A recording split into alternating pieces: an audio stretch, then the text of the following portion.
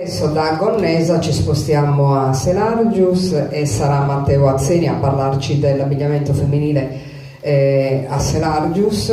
Matteo è il presidente dell'Associazione Culturale Fedora Puzzu, un'associazione che ha maturato i 10 anni di attività, ma 10 anni molto pieni e ricchi di iniziative, e hanno prestato una particolare attenzione all'abbigliamento e ai balli.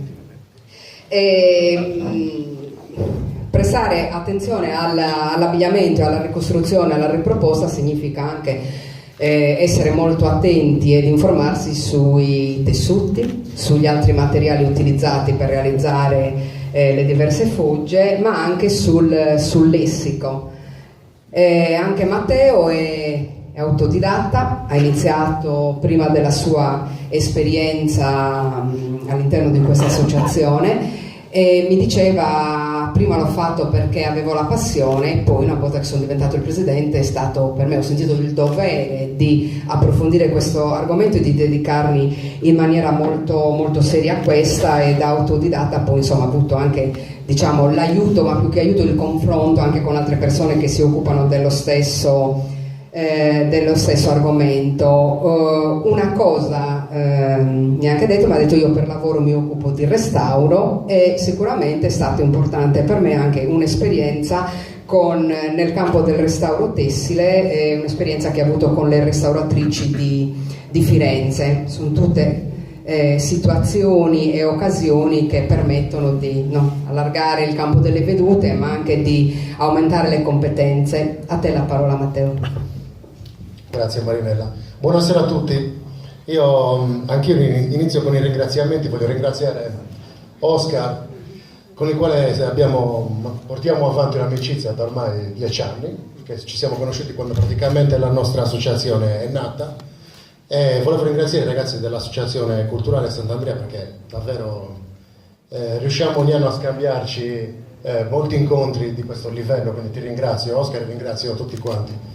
Allora, io inizio, il mio discorso verrà centrato soprattutto su 2 tipologie, perché insomma non era il caso di esagerare con le tante cose che abbiamo, però proprio perché tempo fa mi chiamò Oscar e mi chiese di far parte di questo progetto che stava portando avanti con Marcello, e anche noi il punto di unione insomma era sempre lo stesso discorso, no? Quindi la forma dell'abbigliamento, e quindi l'utilizzo di queste famigerate sottogonne. Da noi, per esempio, quando iniziai a studiare un po' meglio sul nostro abbigliamento, noi venivamo da anni di matrimoni selargini in cui le ricostruzioni insomma erano fatte, tra virgolette, non dico con i piedi, ma senza le conoscenze, diciamo così. Abbiamo dovuto ripulire tutto l'abbigliamento. Io mi riferisco a Selargius, mi fermo lì, perché quando cercavamo di ricostruire ciò che trovavamo nelle foto e nelle informazioni che ci davano, il risultato non era lo stesso. La prima cosa di cui ci accorgemmo furono le sottogonne. Cioè se l'abito deve avere una certa forma, e in questo caso l'abito di gala che indossa Sara, c'è sicuramente bisogno delle sottogonne, e da noi è obbligatorio utilizzarle, altrimenti non ci si veste. Le ragazze, se non indossano tutte le parti, non si possono vestire. Cosa succede? Succede che scopriamo che le sottogonne poi erano anche di un certo livello, e che a loro volta erano delle gonne di gala. Quindi Sara in questo caso indossa chiaramente un abito di gala che sotto prevede a sua volta una sottogonna che poi verrà chiamata fardetta, per identificarla come sottogonna, ma che in realtà è una saietta, quindi è una gonna di gala di un'altra tipologia di abito, che diventa quindi la sottogonna dell'abito più importante, che è questo imbroccato. A questa poi veniva aggiunta una terza sottogonna, che Sara oggi non indossa, ma che poi vi farò vedere in foto, che diventa sadedresi, che vuol dire la terza, perché a sua volta era un'altra saietta, quindi un'altra gonna di gala, che per importanza diventa la terza, quindi iniziano a chiamarla sadedresi. Però diciamo che in questo caso Sara avrebbe dovuto indossare 3 gonne di gala, una sopra l'altra. Quindi iniziamo con la prima foto. Iniziamo con la prima foto. Inizio con una foto che non è di Serargius, ma è la foto più antica con questa tipologia di abito, è una foto di Quartu. In questo caso la composizione dell'abito ci riporta subito a quello che noi abbiamo portato qua questa sera. Perché? Perché l'abito in cui è un periodo in cui iniziano ad indossare il famoso mucadore Viturra, no? Quindi che era il fazzoletto che si indossava sul petto. È difficile datarla questa foto, però possiamo tornare indietro al massimo alla fine degli anni 60, perché sappiamo per certo che da quel periodo in poi indossano su mucadore Viturra, anche perché all'inizio veniva imposto, ma poi diventa un vezzo, cioè iniziano a scegliere fazzoletti anche di una certa importanza. Quindi questa è la tipologia base degli abiti che noi oggi conosciamo come abito di gala di Serargius. L'abito inizia ad evolversi, quindi si arricchisce, iniziano ad indossare molto più oro, quindi sprendas e tutte queste cose che indossa anche stasera a Sara. Vi assicuro che non è il massimo che può indossare, ma anche per gusti personali nostri cerchiamo di non esagerare. Quindi diciamo che iniziano ad arricchire tantissimo l'abito, e tutto l'oro che la donna indossava dal giorno del matrimonio veniva regalato dalla famiglia dello sposo, non dallo sposo, dalla famiglia dello sposo, e quindi sì, diventava di proprietà della futura sposa a tempo, perché poteva anche essere restituito per diversi motivi, e veniva riciclato, non si perdeva la moto, no. Non è che insomma l'ha usato lei quindi non va più, no, poteva essere riutilizzato. Quindi quando si storranda si lasciavano, la famiglia della sposa doveva restituire tutto l'oro che sarebbe stato sicuramente riciclato in un'altra occasione. Quindi noi vediamo questa sera con queste foto sono due foto di Serargius. Quella di destra è Desola Cadedu, è un po' un abito emblematico perché indossa, a differenza di Sara che ha Savelada, che noi chiamiamo asseguretta proprio per quelle applicazioni di gallone dorato che ha sulle maniche. Asseguretta vuol dire scure. Questa particolarità invece Desola Cadedu, che c'è nella foto di destra, indossa un ciponi di brocato, è un unicum, cioè nell'Interland e nella zona di Serargius, quindi parliamo dell'Interland di Cagliari, in nessun altro paese, diciamo città, è stata riscontrata questa tipologia di cipone. Esiste ancora, è stato tagliato nelle maniche perché negli anni 60 si vergognavano di indossare una giacca che non fosse a maniche corte come questa, quindi fu tagliato, però esiste ancora. Da questo momento in poi, quindi fine anni 60, primi anni 70 dell'Ottocento, la balza della gonna inizia a salire, quindi l'altezza inizia a salire. Questo è un abito originale da quale è stato ricostruito da Ignazio Sanna.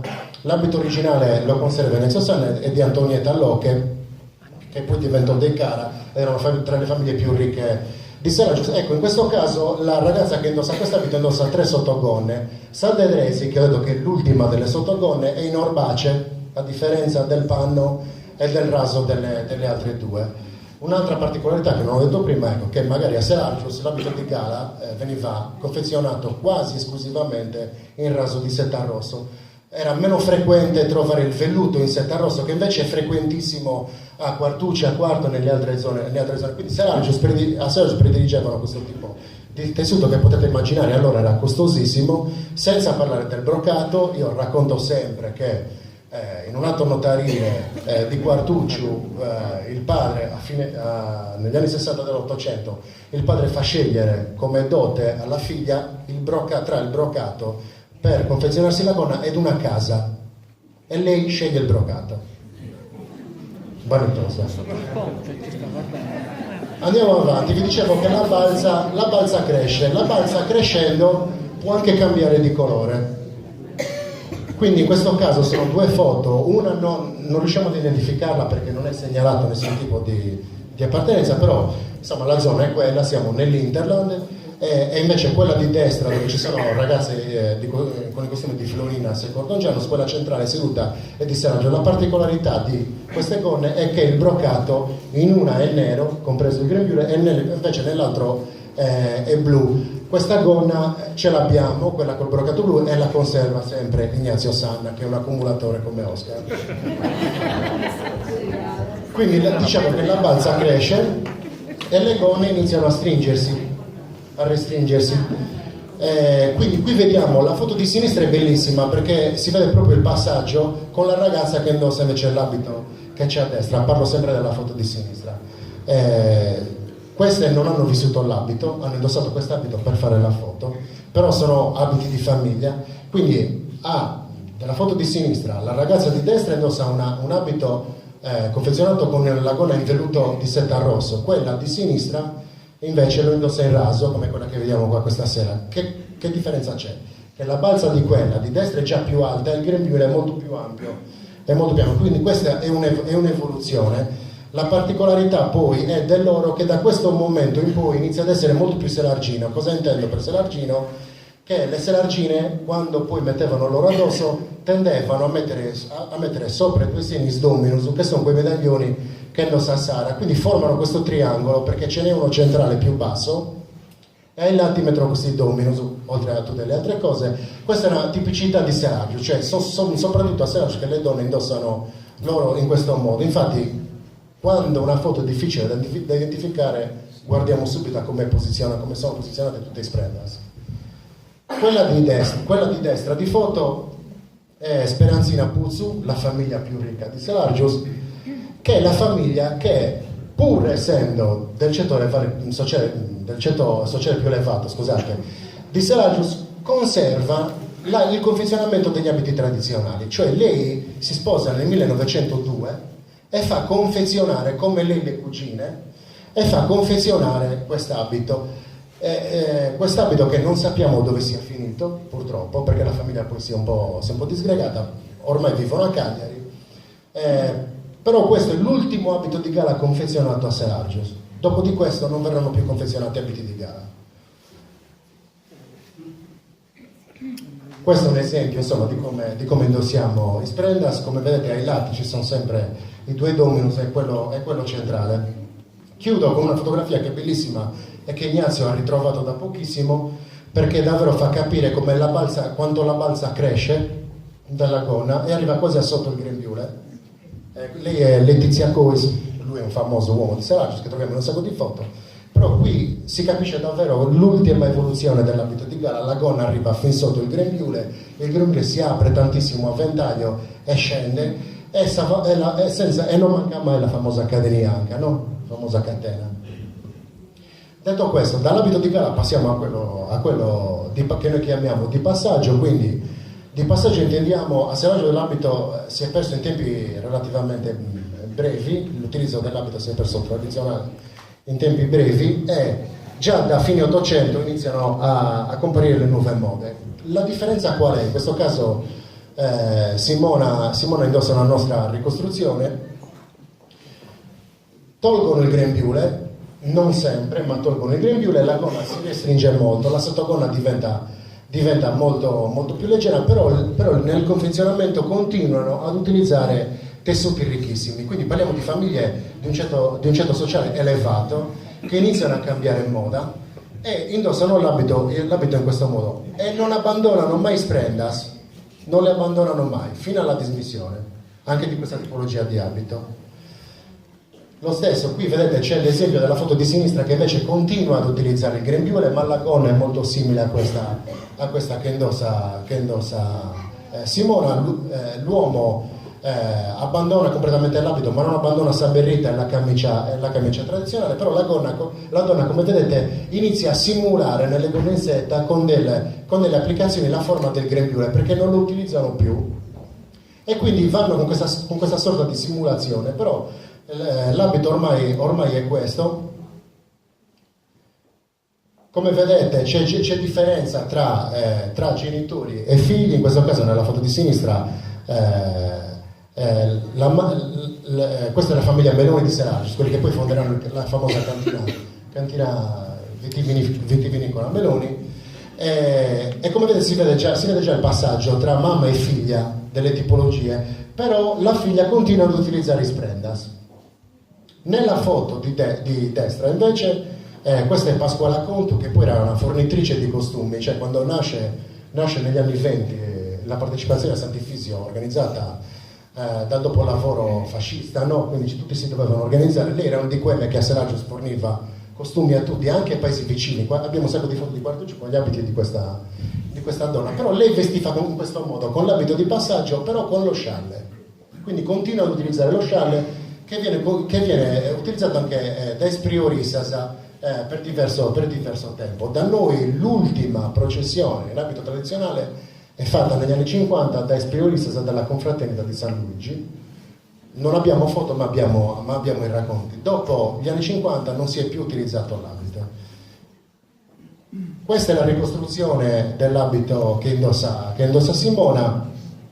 Lei è Eleni Secci, una donna che aveva diverse cose e in tarda età si ammalò di Parkinson, si perdeva per Seragius, la riaccompagnavano a casa e lei regalava tutte le sue camicie, scorsi, lei regalava tutto. Quando poi la riaccompagnavano a casa, lei regalava tutto, le camicie. Io ho visto camicie ricamate da lei perché le seragine erano delle bravissime ricamatrici di camicie. I paesi limitrofi si rivolgevano molto a Seragius e camicie ricamate per metà. Io all'inizio pensavo fossero dei lavori non finiti.